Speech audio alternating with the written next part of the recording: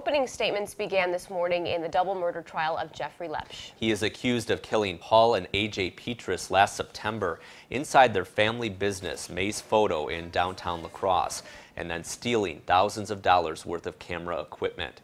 In opening arguments this morning, the prosecution tried to lay out that Lepsch killed the two victims for financial gain. The defense says Lepsch is a family man. They argue he is a thief but not a killer, and say there's no direct evidence linking him to the murders. They also find out that he's having financial problems. He has a previous court case where he was convicted of felony theft in 2004, and in 2012 a judgment was entered against him owing $52,765.71. They also find he's not been employed, and appears his wife is working at a daycare in Winona. What they didn't find was a gun. No gun. They didn't find any ammunition. They didn't find any cell phones. They didn't find any DNA from the Petrases. They didn't find any physical evidence.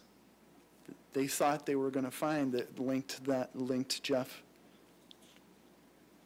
to the September 15th homicides. And we're also getting a better idea of what happened the day of the murders. The jury heard firsthand from Sherry Petras, Paul's wife and AJ's mother. News 8's Pauline Lee was in the courtroom this morning and has more on her emotional testimony. Well, Sherry Petras was actually the very first person to take the stand in this case. She says she was expecting her husband and son home as usual for dinner that night. But when it got late, she knew something was wrong. Do you swear that the testimony you're about to give shall be the truth, the whole truth, and nothing but the truth, so help you God?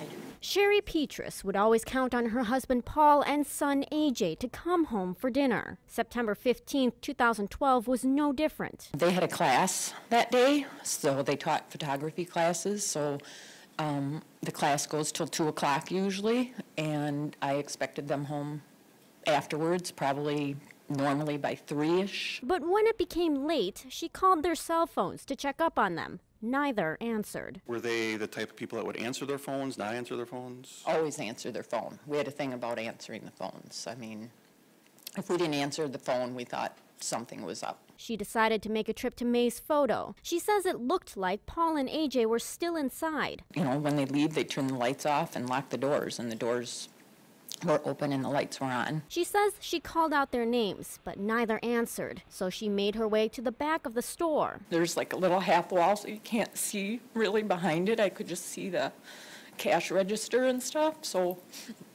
I walked around the corner and saw AJ laying on the floor. He was kind of on his side. He was kind of on his side, like rolled over a little bit. Well, I talked to him and tried to see if I could move him, and I couldn't. So I was trying to call 911. I think I was too nervous and I couldn't get the phone call to go through. She said she ran out yelling for help and for someone to call 911. A guy came in there.